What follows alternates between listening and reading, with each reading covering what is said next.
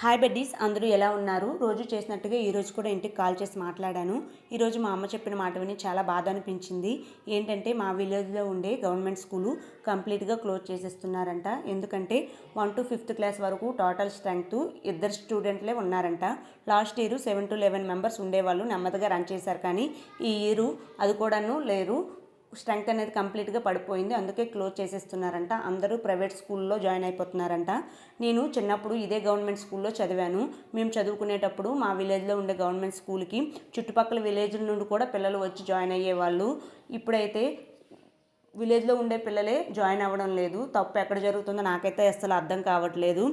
ఇప్పుడైతే పిల్లలకి ప్రైవేట్ స్కూళ్ళు, ప్రైవేట్లు, అలానే పేరెంట్స్ కూడా చదువుకొని ఎడ్యుకేటెడ్గా ఉన్నారు. ఎక్స్ట్రా నాలెడ్జ్ అయితే ఇంటి దగ్గర కూడా ఇస్తున్నాము. అప్పట్లో గవర్నమెంట్ స్కూల్లో టీచర్స్ చెప్పేదే మనకు నాలెడ్జ్. బయట నుండి నాలెడ్జ్ గెయిన్ చేయడానికి కూడా సోర్స్ ఉండేది కాదు. మీలో ఎంతమంది గవర్నమెంట్ స్కూల్లో చదివారో కామెంట్ చేయండి.